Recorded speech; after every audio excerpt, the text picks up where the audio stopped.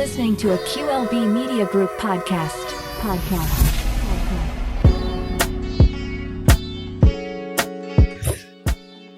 He just gonna start like that, really. Hello, everybody, and welcome to We Just Talking Ish. I'm Patria, and we have my lovely co-hosts, Quentin and Rosa, aka Mahogany XR. Definitely X-rated today, so I'm gonna try to. How, Sway? This is episode 8, the therapy episode. It's going to be therapeutically X-rated, is what you're trying to say? Yeah. Well, one of y'all gonna take it there anyway, because as I stated in my Facebook post today, I'm the angel of the three of us. And I keep everything holy and acceptable here on We Just Talking Ish. Holy, got it. And acceptable. Okay. We'll let you take that title if you want to. It is mine. That must be the personality of today. Well, all 17 of us have been redeemed, excuse you. So it could be any one of us. Y'all have been cleared, not redeemed. Y'all have been cleared. Redeemed. Of all charges. May the redeemed of the Lord say so. So. Anybody else want to say so? So. Okay, that's cool. How are you guys? How was your week? Mine was pretty good. As I was telling y'all, I almost got somebody tried to catfish me on TikTok. Yep. And he from overseas. He got to be because he was supposed to be a young black man that was serving in the military. Had supposedly, now the picture that he posting is of a young black man. Unfortunately, what he did not know was this young man was a friend of my son. Wow. In the military. And he was trying to so-called holler. He said he had been in the military 17 years. First of all, that baby ain't been in the world that long to be in the military 17 years. Oh, my. Yeah, and he told me what really gave it away. The funniest thing he said, I asked him what was his hobbies. He said that he likes to surf on the beach. And he goes surfing every Saturday. But mind you, he said he said no, but he's stationed in West Africa. Yep. So then he maybe he meant on the Oculus. Maybe he surfs on the beach on the Oculus. Then he says that he likes horse racing. When I heard that, I thought he was going to say that he was a gambler, but he said he used to be a jockey in high school. So he's short. Where in the United States did you learn how to jockey? In as a black man. Well, in school. In high school. Okay. Well, he need to fry his catfish a little longer. When I got through with him, I said, sir, that was fun. It was nice knowing you, but let me tell you the truth. First of all, you need to learn the vernacular of a black man in the U.S. Because everything you said was all off. But yeah, other than that, my normal track mom doing my track thing with the kitties. I like watching you run, but we'll say that for later. Q, how was you?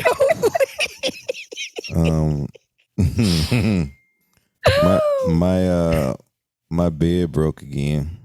Shouldn't have been jumping in it, little monkey. So humping in it. So I went and bought some those little slip mat thingies, and the bed slipped off the slip mat thingies. So now I got to figure out how to stop the bed from scooting across the floor. First of all, I'm gonna need you to stop acting like this is WCW. That's what I'm gonna need you to stop doing. Let's get ready to rumble. Coming. You need to just put your bed on Quentin, some slip and slide on the slats. Berkeley. I'm gonna get an area rug. Then you gonna have rug burn. Area rug put underneath the bed frame. So it doesn't slide. Yeah. Whatever is clever. Well. Okay. I don't know how that's gonna work though. He'll let us know. Yeah. Next thing gonna say, we went through the wall. Cause it slid off the rug. Lord. Well, I didn't break any beds. Good for I you. didn't get catfished this week. None of Did that. you pull out any mainstay?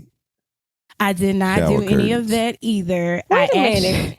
Didn't your son go on a date this week? It's a new week. Let's focus on this week. Yeah. Real quick, let's talk about All right, so he did, y'all. He went to the movies. the with oldest one, right? Yes, my oldest one. He went to the movies with his girlfriend. They went to see Morbius. Her mom went as well, and he said it was really fun. And I was depressed about it, but it's okay because he's still 5. He was like, yeah, 5 times 3, mama, but whatever. Look, and 6'5". He ain't that tall yet. But yeah. So I'm still processing where we are in life because I remember when I went on my first date. I do too. And my first date was at the movie, and my first time was at the movies too. So, I was real stressed out. I don't think I was your son's age, but I went to go see Drumline.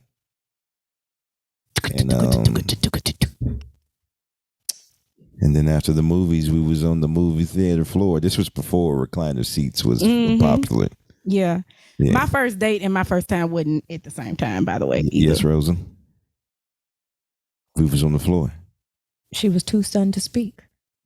We was on the floor of the... Yeah. On the floor of the movie theater? That's so nasty. Yeah. Uh-huh. He had a jacket down there or something. So I was quick back then, so it was over with before the credits even started. Yeah, you don't want no full fledged nothing at that point. That's okay, baby. That was your first time, your first experience. You get to have it. Wasn't that my first time? That wasn't his first time. Oh, that's right. The first time was in the field. In the field. So, in the field. So. All right, let's go. So what I was getting to, because it leads to the first part of our topic of this here therapy episode where we're therapizing the whole hour. Y'all ready? Therapizing? Y'all got your tissues nearby. Y'all got a stress ball or anything nearby. Should I need a bowl of ice cream? Should I go get it real quick? Ooh, like Sherman Klump. He was crying in the boat. You might, because I'm going to be slapping myself all across the face with this, and maybe y'all too. Q just on fire like you my did face last week. with this. Oh, Gotcha. not that. My Lord. But what I did do this week is the first part of the therapy episode, which is focused on myself. And a part of that is one of the buzzwords we hear all on social media all the time, which is self-care. And so, like, people have different self-care routines and what they look like. And do you alter your self-care routine? I know I do, depending on what stage or what season I'm in my life. What I used to do for self-care may not work, and I have to kind of think about that and figure out something else. So this week was kind of that for me. Like, usually the way I normally self-care, it wasn't working. So I had to kind of sit down and figure out, all right, how can I reground? What can I do? What will self-care look like? So now I've changed my self-care routine, and it helped a lot this weekend because I kind of had a rough mental weekend. So who want to go first? Self-care routine, share. I'm going to go last. Really just gonna throw me out there. Okay. I'm like you. My self-care routine can change. It's not a route. I wouldn't even really call it a routine. It's just in that moment, in that time, in that space, what I feel like I need. Mm-hmm. And a lot of times it's going to involve some form of water. If everybody who knows me knows that I am a water baby. I am friends with every pool there is, every body of water. I am there. So for me, sometimes when I'm stressed, strained, mentally drained, a bath is going to be that thing for me. It's going to be a nice little detox bath. It may be a spiritual bath. It's going to involve some water though. And I'm going to sit there and I'm going to stay there and I'm going to relax. I'm going to think. I'm going to just maybe not think. Just whatever I need in that moment, whatever I need in that space, that time, that's what I do.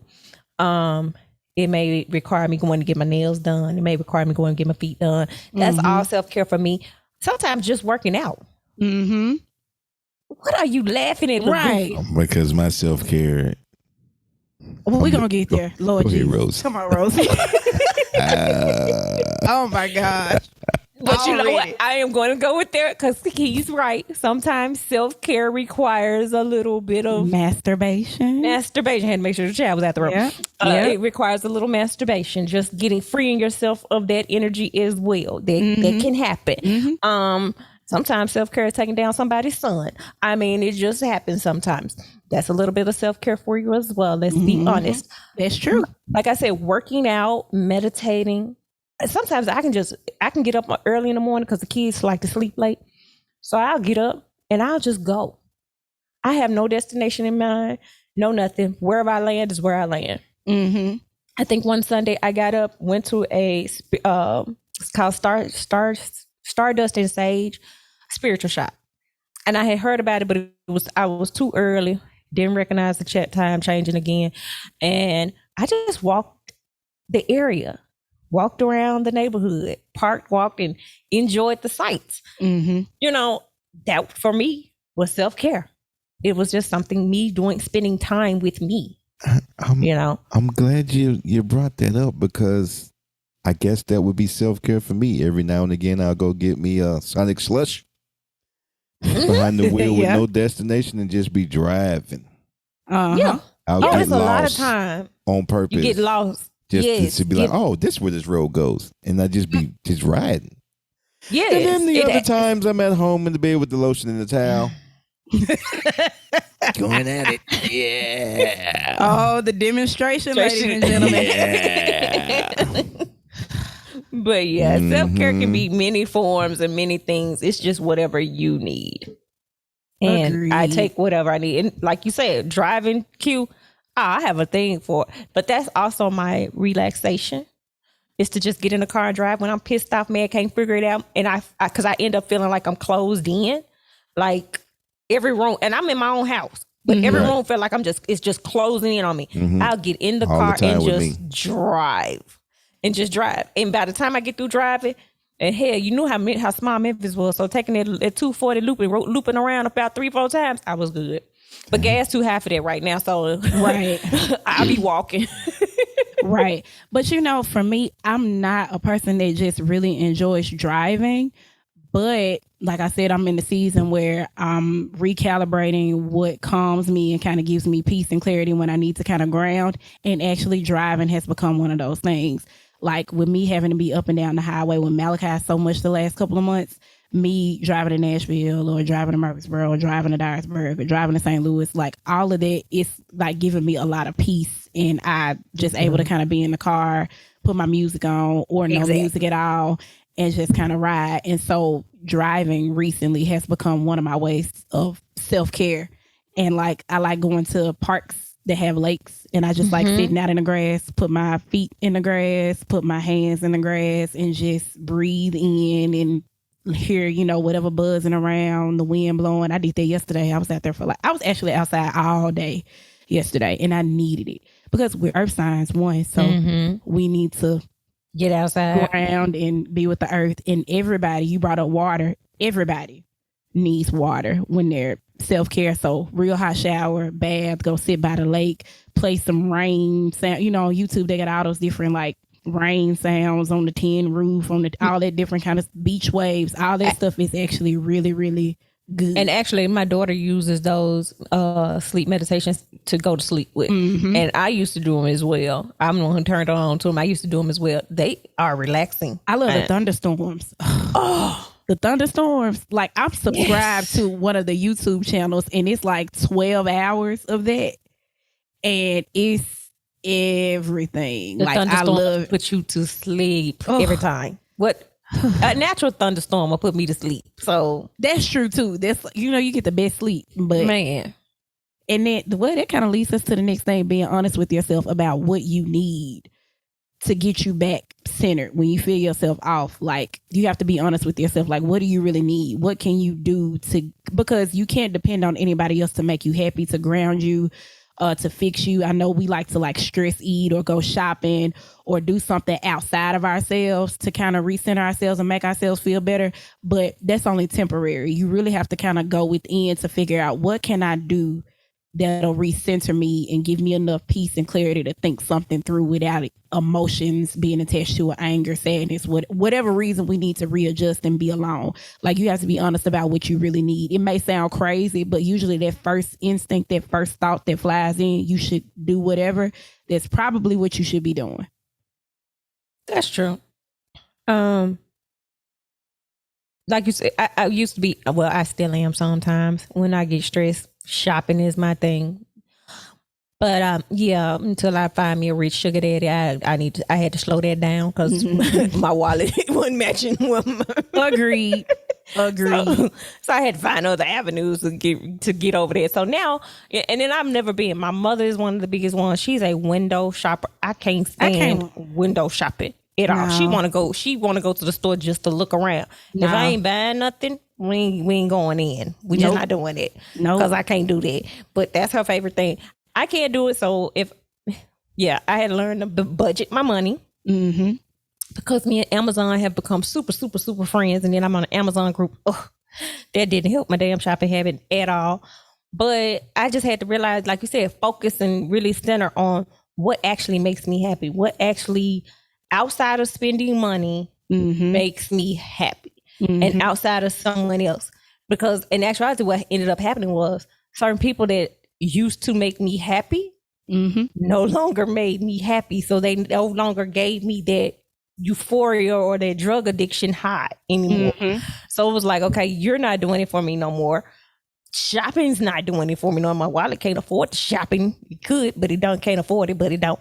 So what makes me happy? What is it that I can do? And then it just started being little things. Like I said, getting in the tub, closing off the doors, just getting away from everybody, being to myself, not doing anything. You know, that ended up being more joyful than anybody else or anything else. Makes sense. QQ podcast to make you happy. What makes me happy? Sitting in front of these two screens in this room right here makes me happy. And you gave it all away once. Ain't gonna let you lay that down. and wasn't happy. But sitting inside this room, listening to this running water, just leave me alone. Look at but they're running water. That's where the busy as fuck focus comes in. Water. But you know what, Q? With your lotion nearby, just in case. Just in case. Where's it at? Stop tormenting. Around here somewhere. Stop tormenting those fish. They're traumatized. They're going to need to be therapized. When the lights is out, they go to sleep. They don't see nothing. They see it all. But you know what? I used to have a fish tank when I was pregnant with my oldest daughter. We had a fish tank and it was actually in the bedroom. That was some of the best damn sleep ever. Ooh, that's a good idea. That was some of the best sleep ever. Having that running water right there, and it was right by the bed. Man, please, I would be knocked out. Could never wake up on time. You couldn't drag me out that bed. You couldn't drag me out the bed. Pregnant and good sleep, man. I didn't know it was the fish tank at first until I went. I think that was at her dad's house. So when I would go home, I could never sleep. So I was thinking, oh, I just want to be up under him. Nah, I went over there without his ass and slept good. It's the fish tank. It was the fish tank. Well, now, Q, I'm going to come back to you since we started talking about it. When you're focusing on self and you're running through your mind why, stuff outside of you isn't working, forget what they did. What did you do, Q? Why did you give up what you love that was self-care that helped center you, which was this podcast? Because I thought and your fish tanks. Because I thought that I was happy. I don't like drama.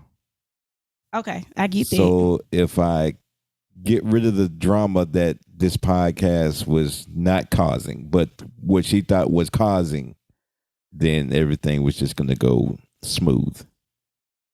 And everything went rough as fuck. And you had to find your way back. Mm-hmm. So in that, yes, when you decide to be with a person, you feel like it's your person or whatever, you have to sacrifice some stuff that's self-centered in a sense, but you have to learn how to balance what made you Q, Patria, Rosa, the individual versus what makes you a smaller part of a bigger whole, which is your relationship with this person. And it's kind of like, because I remember when I got married, I gave up everything that made me Patria, like all my like extracurricular hobbies and things that I could do on my own that brought me satisfaction and peace. I gave it all up and just focused on the relationship, but I forgot that I was still an individual within a larger collective situation. So you have to remember that you're still an individual and the relationship is a whole separate entity within the one. So you can't bring 50%. You still got to bring your whole self into this situation. And now it's creating something else. Because I think a lot of times why people lose themselves in relationships and it's so hard once it fails or whatever to come back is because you change your roots and you don't have to change your roots. You know, trees, if they're next door to each other, if they're old enough, after a while, those roots intertwine anyway. But that tree doesn't uproot itself and connect itself to the tree on the outside. Their roots just keep growing deeper and they end up connecting to one another over time. All right. So, Fire. yeah. So it's like, you know, we can't always pin it on what the other person did when we're trying to, or what the situation outside of us when we're like in self-care trying to rebalance ourselves. We have to stop and say, what did I do? Did I betray myself in this situation? Did I cut my roots off to keep me from being steady and now I'm like unstable? I can't just blame this other person for causing me to be unstable. I neglected my foundation. I gave away some of my power. Like I started looking at the top of the building instead of the bottom of the building. And so when you focus on yourself, you have to kind of stop and reevaluate your situations. We don't always want to because we try to feel like we go into everything with good intentions, but sometimes we betray ourselves and then we end up where we end up, which leads to the next question. Did that really happen to you or did your decisions lead you here? Man, my bad decisions led me to a cluster of seven months of just, why am I here? 7 years for me. 7, when we got back together, I'm like, why am I here? And now here, why am I in this hospital? Just give me the shit. And y'all don't see Rosa counting her fingers. Did you count the toes too? And look, I gave up. I'm like, shit. I was there for a while. Why is my butt tingling? Your butt tingling. That's where your body senses start. Nope, that's where he got shot. That's when I got shot. That's right. That's right. My bad. I forget. It was just, and I had to actually sit down. It was like, nigga, you caused all this. Yep, when you canceled the podcast. But you know what? For me, it was more of I put so much blame. Oh, you left, you did this, you did that.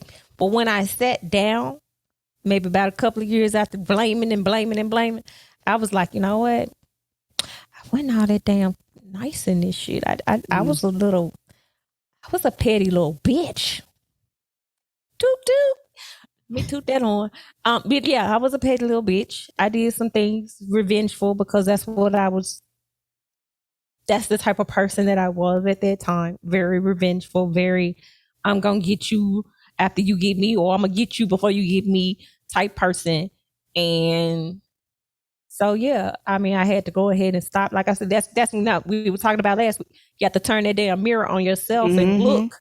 And when you see yourself and actually look in that mirror and see yourself, pretty. Oh, you can be an ugly little mom. I don't care how cute the outside look. You could be ugly as hell. You could be Freddy Krueger ugly.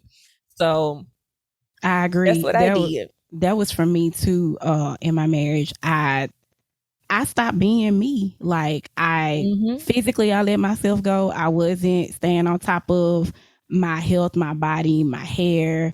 The way I dressed, like I got real homely and real fat real fast. And men are physical people. You know, they're more than that, and they'll love you anyway. But I mean, it's real nice to keep all their senses engaged. And for yourself, when you feel good, you just it shows. when you look good, you feel, and vice versa. What's on the outside can reflect on the inside. What's on the inside should reflect on the outside. Like, you should want to look your best when you feel your best. And sometimes when you don't feel your best, if you put the effort in to look your best, that may help you get back there if you're just having an off day. I know sometimes if I'm not feeling my best, I get dressed for real and put that effort in just to kind of compensate for whatever I got going on internally until it, that fixes itself a little bit. And so I gave up all of that when I was, so I wasn't allowed to look at, so no wonder you want to come home, because I was at the house eating Doritos and Oreos because they're my favorite comfort snacks. And, it sticks to me. I gain weight really fast. I lose it fast too, but I gain it real fast. So I had to stop and not just be like, woe is me, he cheated. I was like, bruh, you was not cute for a minute, like at all. Like, no. So that was my check. And so since then, I refuse to let myself go. Like, I feel myself going, I'm like, all right, turn around, let's get it back together. Well, see, that wasn't even my case. It wasn't that I was letting myself go or nothing like that. I think I was nagging. And I was being more of as he says, I was controlling. In my head, and I still somewhat kind of halfway feel like I was on the borderline, that I was controlling, but it was like I had this thing of, and he didn't realize that I couldn't fall. I felt like if I fell, everybody was expecting me to fall regardless. And I was like, I'm not going to fall. This is going to work. This is going to happen. You just need to get in line and do what needs to be done so we don't fall. We cannot fail. Do you not see everybody looking at us? Do you not see it? So I think that's what ended up, what he meant by me being controlling. I took it as, well, you weren't doing it, so I had to make sure, and yes, I controlled it. But at the same time, that was controlling. That was controlling on his end, and I had to understand it from a different point of view of me being controlling. Now, I don't care. Look how it turned out. Fuck around and find out. That's what we gonna do today. We just gonna see how it go. But I couldn't. And now I'm just like, they're going to the next one. Go ahead. How did you help yourself or get help to stop being, once you looked at your decisions and how you get to this spot? How did you change it? Actually, research. I ain't gonna even lie. It wasn't therapy at all, because the therapist that I had, this heifer was whoa tapping on me and shit, and I was like, bitch, I don't need you touching me, first of all. Second of all, what's all this controlling? There you go, controlling. Baby, you don't need to touch me. All this old whoa, Sinclair James ass. No, that's not what I needed. I needed you to check me. Tell me what was wrong. But again, there goes again the type of therapist that you need. I am all for Black folks going seeing Black folks, because they can help you better in some, and even then you might have to go through a couple till you get the right fit for you. You know what I'm saying? I did. When after me and my ex-husband split, I went to one therapist, and she was really calm, and she didn't check me. Like you said, like she kind of focused on like my sensitive side. And at the time, I was already like really emotional. I was angry. I was sad. I felt like I was lost. I felt like my life was over. I didn't know how to begin again. And she was kind of helping me stay like in that woe is me, like trying to help me place the blame for why I was where I was versus me, like checking me. So I left her alone, and I went to this other woman, and they were both Black women, and they were different. And unfortunately, I don't remember either one of their names. I went to this other therapist, and she checked me so good, I ain't like what I heard, so I stopped going. But she was right. And I remember what she said, and I didn't apply the things that she said right away. But when I was able to be like, she was right, then it did help. And I remember we did, from the old podcast, we were talking, we both said that we did like a lot of writing, and we started like working out. And that's when I like took a nosedive into all the astrology stuff for real because I wanted to learn more about me so that I wouldn't make the same mistakes over again. So that's when I started looking at, okay, who am I more compatible with? What are my other signs? What are my negative traits so that I can kind of, navigate around those and figure out my positive traits and figure out what to do because I'm a Taurus, but I have a lot of air in me. Like I have a lot of Gemini and Aquarius in my chart.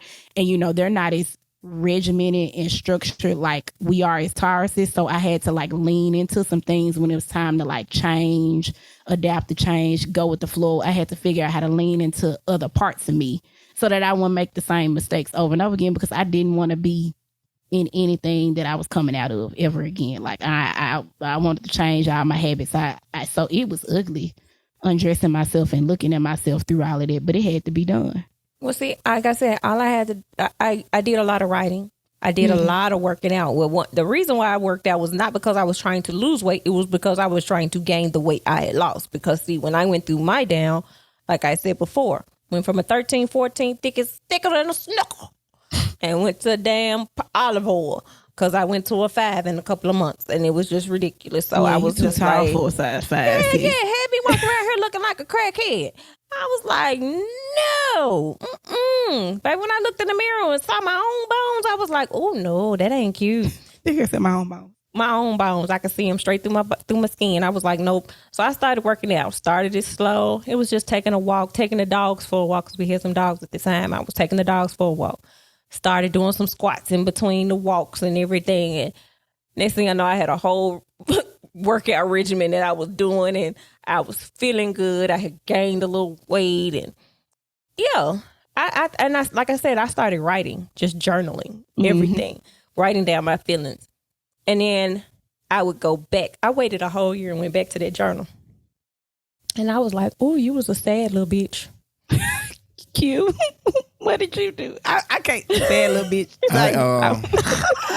I'm just going to relate it to my last situation. I didn't do anything. I got shot. It was done for me. And that's why. Actually, it was not done for you. It was just you. The only thing that was done was it was made for you to sit your ass down, but you had to sit on your side.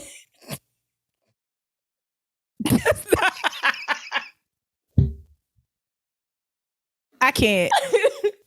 I love you, Rocco. And that's what will happen though. Like when you're in such a place, God just kind of step in and just give you that extra jab, stab, shot in the ass to say you can't live here, you can't dwell here anymore. And this ain't where you supposed to be. Yeah, and you get snatched up. So Q didn't actively do the work on his own. He had to get shot and heal his body and heal his spirit at the same time in there because you didn't have a choice. And if you don't do any of what being Rosa said, you can do other things. But if you don't do anything, God will do it. And Q he is will. the witness for that. Oh, he did. He got shot. He was like, hey, bro, did. you not listening. Actually, it was me behind that gun because I was ready for the podcast to come back and I needed you to start your healing process so we could get back to here. So it was me. Yeah. I'm the trigger man. But I was upset at you for having to have it go that far. Cause I don't do funerals, so I don't know. I would never saw you no more. Cause I don't do funerals, so I hate that I hated that you let it get to that point where that had to be what set you down. I hate it too. Yeah. Well, I mean, put you on your side.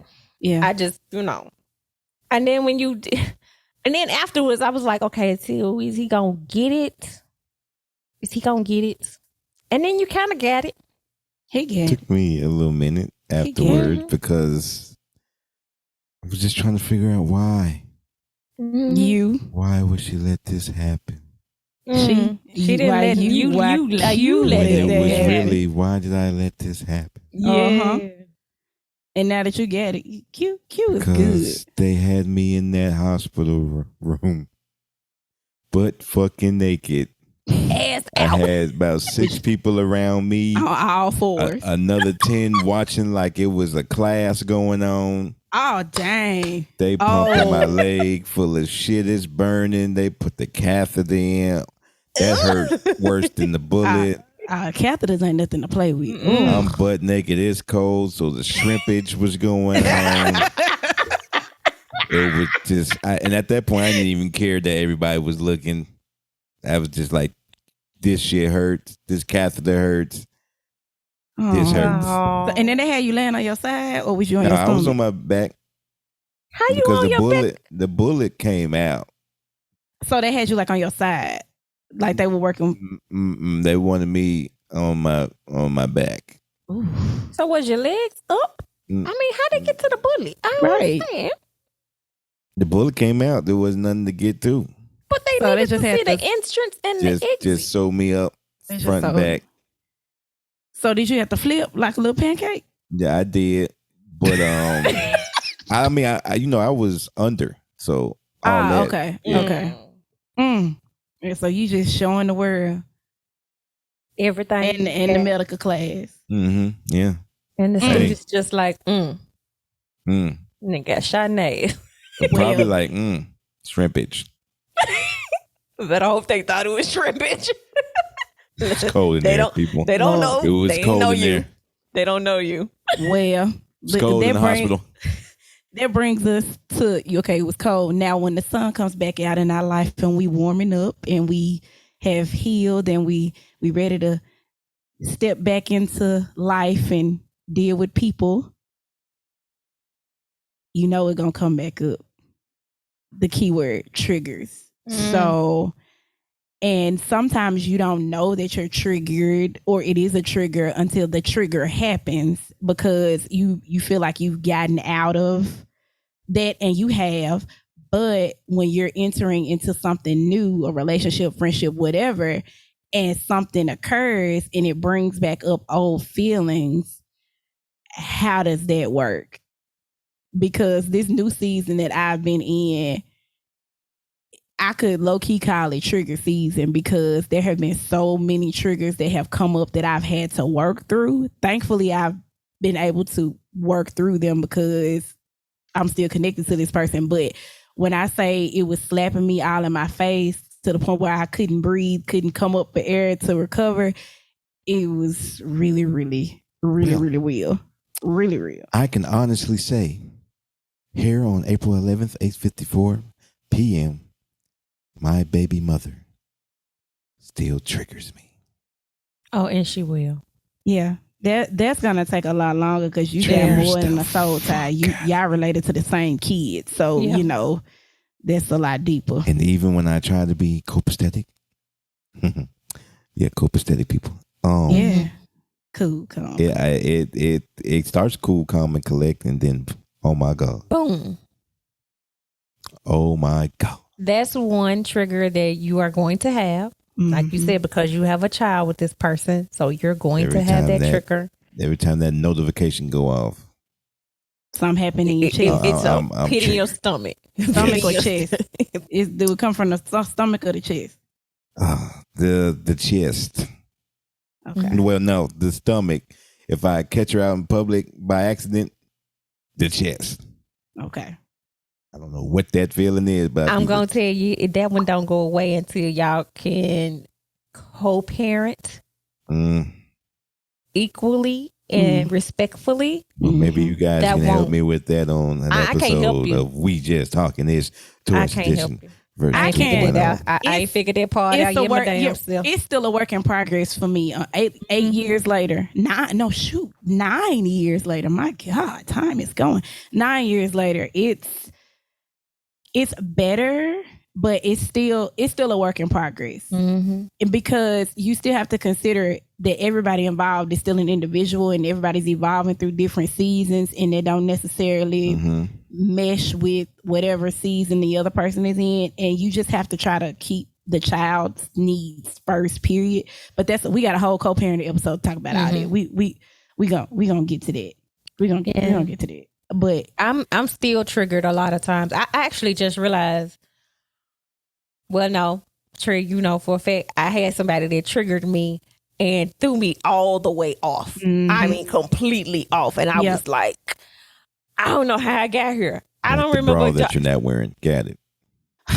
stay focused, Q. That That peach ain't- and punch yeah, not that- even really out tonight. Thank Well, you. Peach I and- put them up. She got Peach and Punch out, but with They the not out. with We the don't even other have two cleavage things- Can't tonight. even say I'm no with the cleavage. other two things poking through, they have You talking about separate names. Nippleopolis? Yes. Nippleopolis. I stay out of Nipopolis land.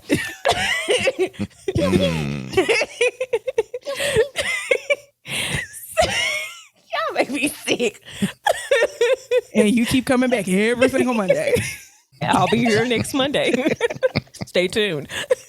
Anyway, like I said, he that person triggered me and threw me all the way off. And from that point, it was like, okay, I am trying to and still working on the balance of not allowing myself to get triggered to the point where I'm thrown off, but it's like also not being fearful to make those type of steps as well. Mm-hmm. Because if I'm fearful of it, then I'm missing what I need as well. But I can't allow myself to just be thrown off my game like that anymore. So it's a balance that you have to learn. You have to, be full of discernment when it comes to people and making sure that that's where you want to go with that person. Trying not to lose yourself, because losing yourself in somebody is the worst thing you can do. You have to know who you are. You have to be able to be loved for who you are. Yep. Not And you for have to what love they think you yourself are. and that your self-concept for yourself. You have your self-concept is how you see yourself, like your characteristics, how you feel about those, and your self-esteem is, do I like the characteristics that I have? Like, do I like these things?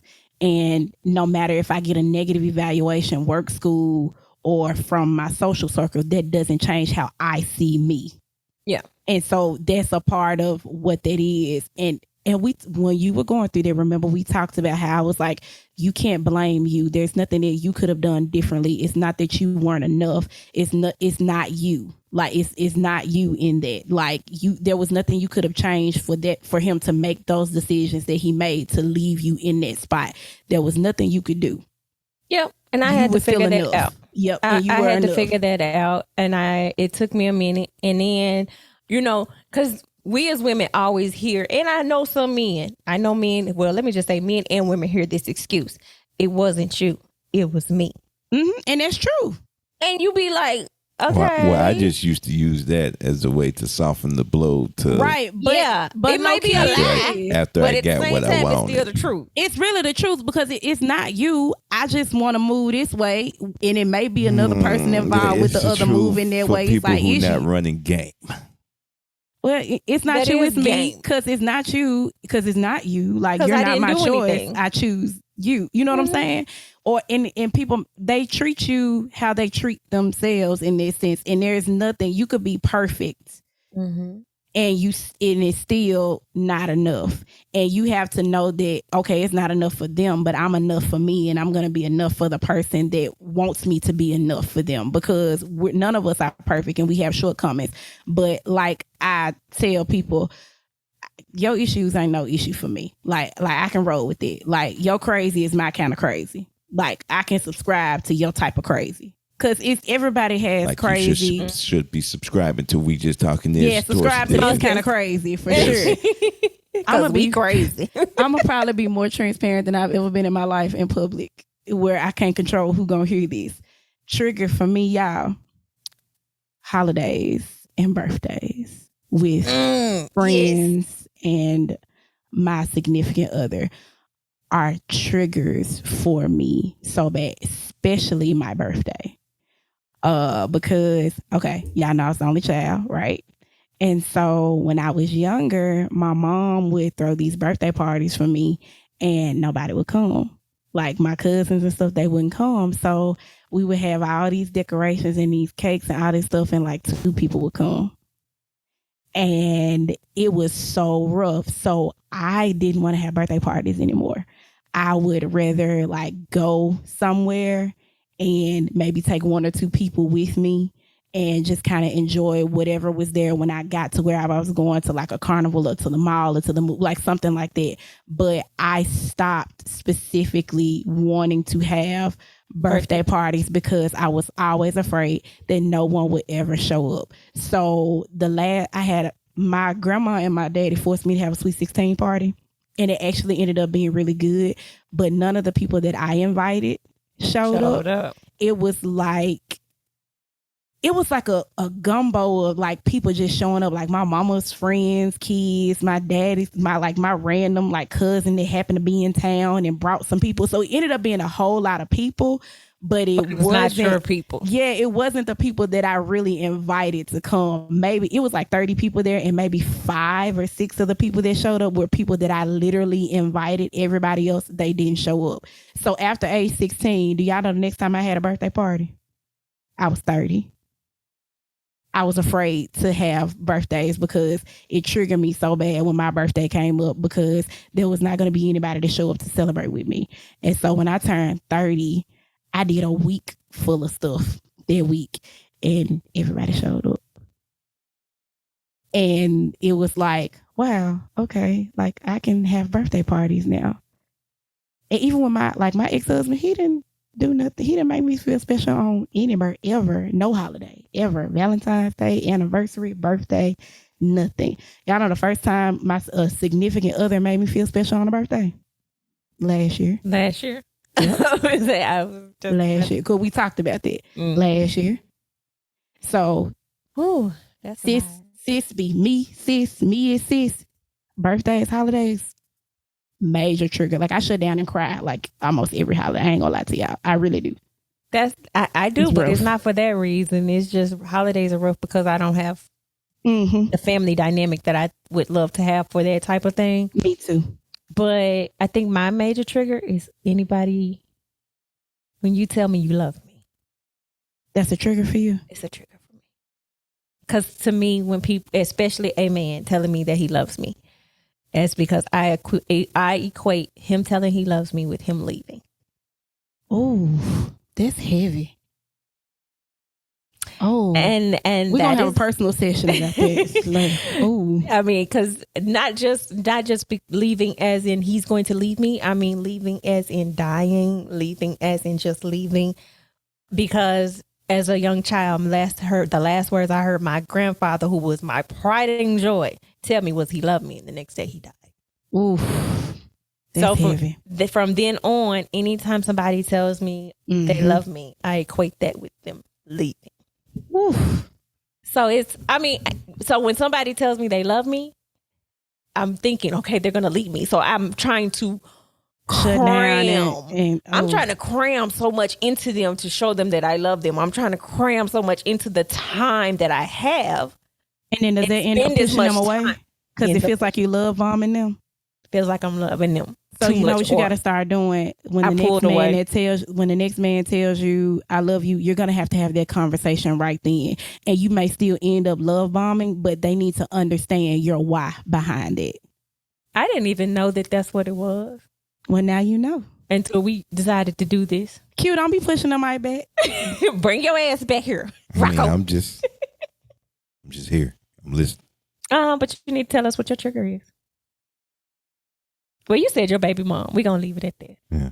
We're going to leave it at that. He looking at us like, wow. Yeah, like he just met us. Because, but he is meeting us. Because this is some stuff we've never discussed. And we both know that Q actually really loves us as friends. So it's doing something. I'm looking at him. It's doing something to him. He feels some type of way. But I'm not I don't love you, Rosa, because I'm not. So you don't have to worry about me leave. All right. I love you too. We ain't going nowhere. Y'all love me. Y'all love me. I know you do. Like I said, it's a trigger for me, but it's just like. That's why I'm saying when the next man that comes into your life and he tells you that he loves you, you're going to have that conversation. Be like, I'm not love bombing you to push you away because you said I love you. Like, you're not changing the dynamic. That's just, he's going to have to be patient, and maybe he'll intuitively know how to kind of heal that, because I've had a lot of other mini triggers as I've been building whatever I'm building with who I'm dealing with now. And some stuff he's intuitively just kind of healed. There was a trigger, and he got a sixth sense because he can tell when he's triggered me. And I don't even realize it until he be like, did I just make you feel some type of way? And I go, no. And then I go like, you know what? You did. And we would talk about it. We'll talk about it. And then we can go on to the next thing. And so it's made it a lot easier. And it's helped for me to like identify some triggers that I didn't even realize I had from past stuff and move forward and understand myself better and help him understand me and so forth and so on. But it's hard. It's awkward. But it has to be done. Because sometimes you don't know it's a trigger until you trigger it. And you can't clam up and shut down and act from a place where the person that triggers you don't know that they've done it. You have to kind of be strong enough and have enough courage to be like, man, that made me feel some type of way. And I thought I was past that, but I'm not. And so let's help me unpack this. If you're willing to help me unpack this so that when it happens again, it don't bother me in that way no more. Or they know not to do that anymore. If they care about you. How you gonna tell somebody don't tell me you love me and they love you? I mean, yeah, that's a big one. That's a big one. It's that's something I have to work on. And I know, and I did one of those love language tests. And words of affirmation was like the third, I think, my third. Physical touch was first. Okay. Words, I know acts of service or something was kind of like the third or fourth one. What was number one? Physical touch. You gotta touch me. Number one. You gotta hold me. You gotta caress me. You gotta touch me. You gotta kiss me. You got to. To me, that's how you show me love. 2. That's number 2 for me. Q, have you done a love language quiz? No, I need to sing. Okay, well, I'm gonna send you a link when we get off, so you can do one. Send me the link. Yeah. Yeah. My first one is time. My first one is time. My second one is touch. My third one is words of affirmation. Okay, so my first one was physical touch. My second one was words of affirmation, and my third one was receiving gifts, which I was shocked. And then quality time. To me, I think quality time actually should be before receiving gifts, because if you could spend your time with me, yeah, quality time was number 1. Gifts was number 5, and acts of service was number 4. One, because if quality time is number 1 and you're giving me time, then I'm getting gifts and money and acts of service anyway, because we're together. We're together. So time is definitely number 1 for me, because you know, I give you time to see what you want to do, so I know what you rather do. And see, I'm the type of person, like I knew physical touch was gonna be my first, because I'm cool with just laying up under you. I'm cool with you just hugging me. I like if I'm in the kitchen, you coming up from behind and hugging me. You know what I'm saying? Smacking me on my ass as I walk by. I might be, boy, stop. Yeah, do it again.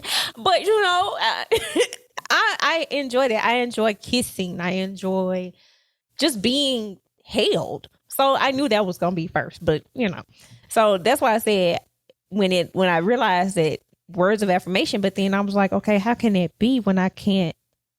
Telling me you love me triggers. We're gonna have a whole other session after that. we gonna talk. We gotta make some time this week. Me and you, we gonna talk about that offline for real. Okay. And then the last somebody suggested this and I thought it was good. Yep. Shout out to Dee Dee. I appreciate you, girl. She gonna listen. She listen every week. That was from Dee Dee. That's my homegirl Dee Dee. Mending relationships and friendships. Can you? Because those are triggers. How do you enter new friendships with people when you've been burned in the past? Can you mend a friendship or relationship with the person that you've been involved with prior to? Like, how do you approach that if you falling out with somebody, romantic or otherwise? How do you, you? It just depends on what it was that broke it up. Okay. Yeah. Mm-hmm. It depends on that. It also depends on the people involved. Or both parties have to be willing to want to even mend it. Mm-hmm. You know, to be applicable in this whole situation where you're going to be able to be, you know, cordial to each other and not just be holding on to that pent up ass ugly ass energy. Now, what we did say is we got to understand grieving friendships can be harder than grieving relationships. Absolutely. Because in that friendship, you gave just as much trust, if not more, into that friendship than you did in your relationship, because that friend probably knows some stuff your partner didn't even know about. Which is why your partner should be your friend first. That is true. That is true. But yeah, you That are is very absolutely true. right. They should Fire. Yes. God damn it, fire. They should People be in your these microwave friend. relationships just be ready to Well, we jump need to. Can we put that back in the topic thing? Let's bring the microwave relationship. We thing talked about back. that in what? fucking The first good. series of the season. pod. Yep. That was like episode 4 or 5. Okay. It might have been close to the Easy last. Mac. Yeah. Just What you add said, water. the popcorn relationship. Well, even with popcorn friendships, they do it with friendship. Think about it, you see people on social media and they kicking it with this one group. Then all of a sudden now they kicking it with a whole other another group. And now this girl is your bestie or this dude is your, your you see main that all the dude. time. How many- They got about It's 50 like, how? besties. I don't They got about understand 50 besties. how- I don't understand it. That's why I don't understand the best friend. How can you have so many best friends? My logic is best. One. The best out of all. Mm-hmm. Well, One. I can speak to that. One, damn it. Hold on. I have you got a two best friend that's for female this best and a friends. best friend for Oh, that. my But God. these folks got I'm with Q on it. I'm with Q. Can't I have got number two one. best friends for this and that. 2 female best friends. And it also goes into what we're talking about in mending friendships because one of my best friends, we fell out for a little while when my other best friend walked into my life. And it wasn't directly because the new person who ended up becoming my best friend walked into my life. It was because of the circumstances of the seasons that we were all in. So my best friend and we're best, like once we fell out, we never stopped communicating completely, but the dynamic of our friendship, we weren't best friends anymore. We became like associates for a while and we were still in touch, but it wasn't the same. Actually, she and I share a birthday. We have the identical birthday and we didn't even find it out till after we got cool. But when we kind of fell out, it was around the time where I'd gotten through the heavy healing process of my divorce and I was on to some new things. And she was entering into a darker season in her life. And I was trying to be there for her, let her vent, give her space to vent, try to throw some advice out. But everything that I was saying to her, she was kind of attacking me and not hearing me. And I couldn't reach her. And then I realized I didn't have the emotional wherewithal to go through the trenches with her because I was just coming out of my own stuff and I couldn't go back into that darkness in that place with her. And nothing that I was saying was helping her or making her feel better. So I couldn't do anything. And so she felt like I abandoned her. Because once we came back a couple of years later and had the conversation, she felt like I abandoned her. And I told her, you have to understand what I Church just finger. come out of. What's up? The people need to understand when they get ready to share their trauma, you need to see if the person you're sharing it with is ready. Has mentally capacity to take it. to take all that. Y'all know that's my Fire! favorite thing. Yep. Baby. Come on, Q. Woo! Got to do the church You dance need with it. to know You if just that dropped a person good gem right there. is even ready to receive all that onto Yep. them. Your first Or question you just start is just dropping the bomb. pouring all that negativity over there. No. I thought you I said have another porn. friend, a Lord, male best friend. Morning. Get your head.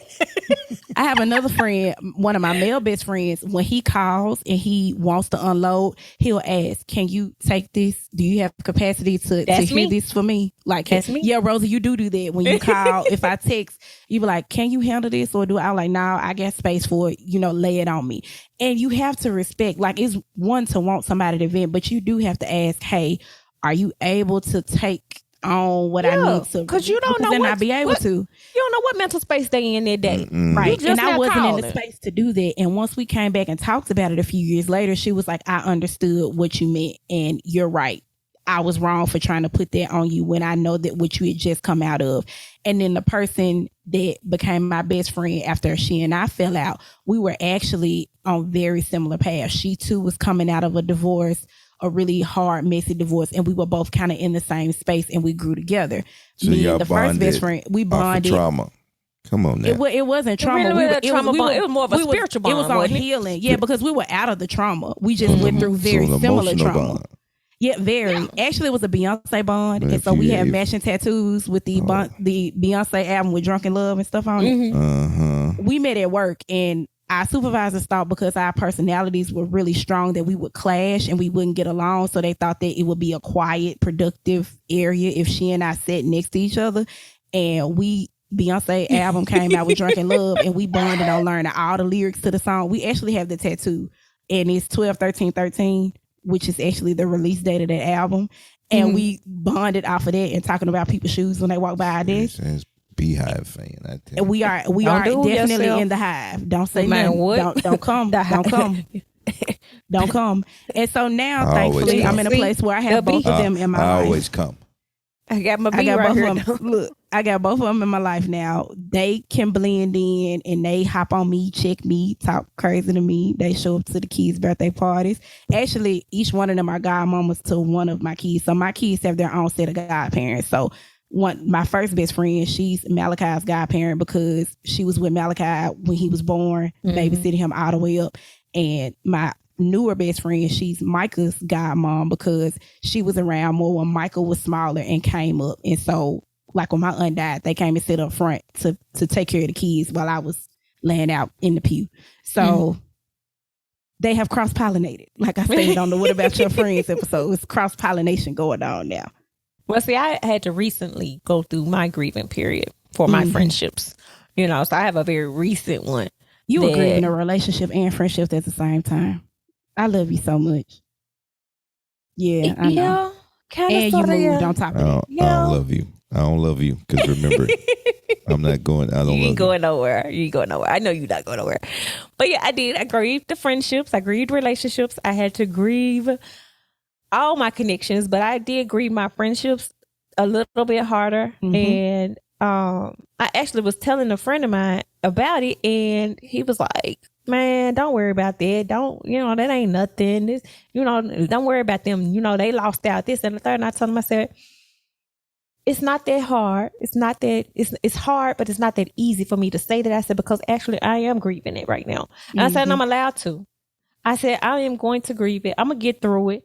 And then I'm going to move on from it. I said, it's just going to take some time. I said, because these were people that were in my life.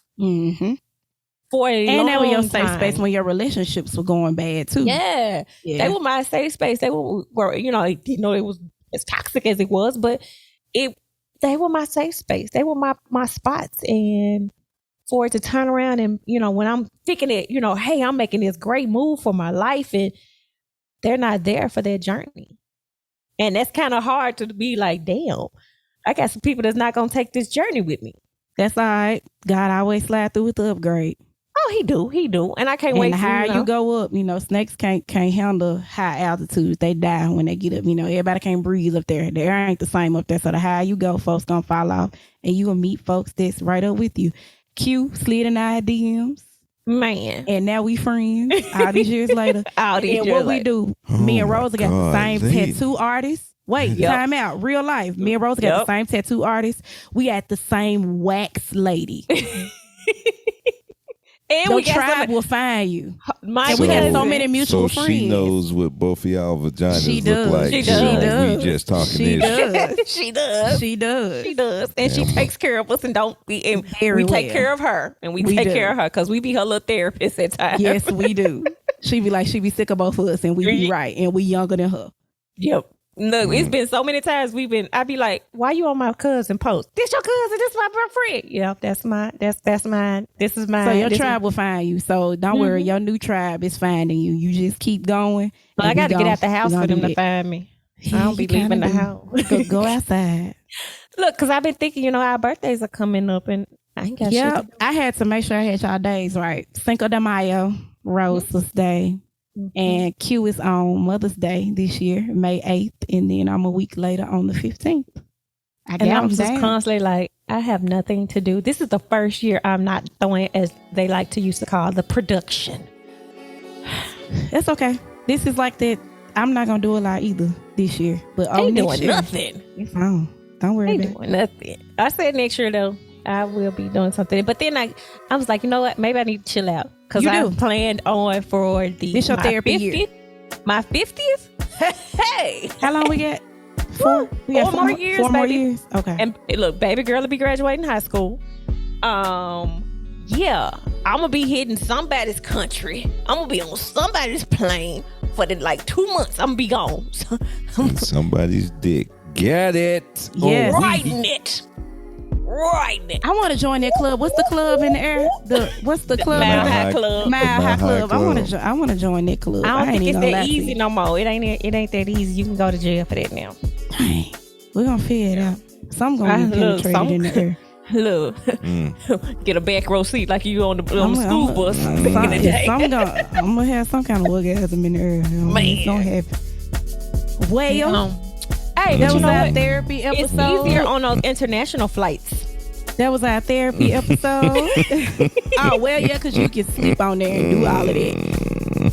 So I therapized y'all a little bit. Q, we probably gonna have to do a therapy episode part 2 because we had to edit some stuff. We'll figure out how to fit it in or somewhere else. But I'm excited about next week's episode. Q, you want to tell the people what's next week's episode?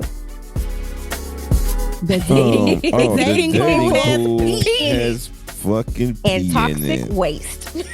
toxic waste. Ooh, that's real good. Dating pool has pee and in toxic it. waist.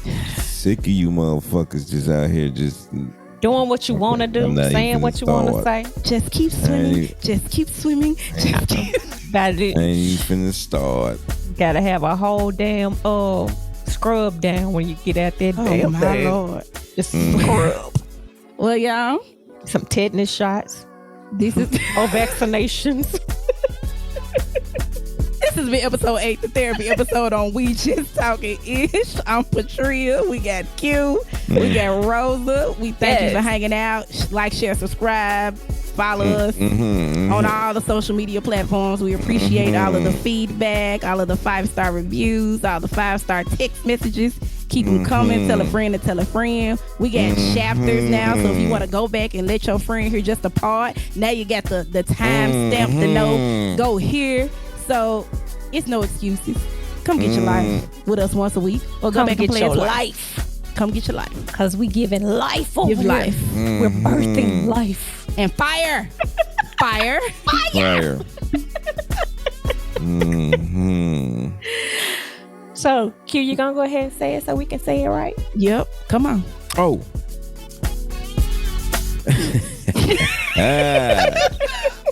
Well, y'all said everything that needs to be said. So this is We Just Talking Ish Torch Edition version 2.0.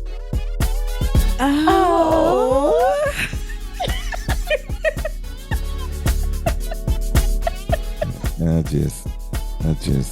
Just bear with us, people. We getting through this season.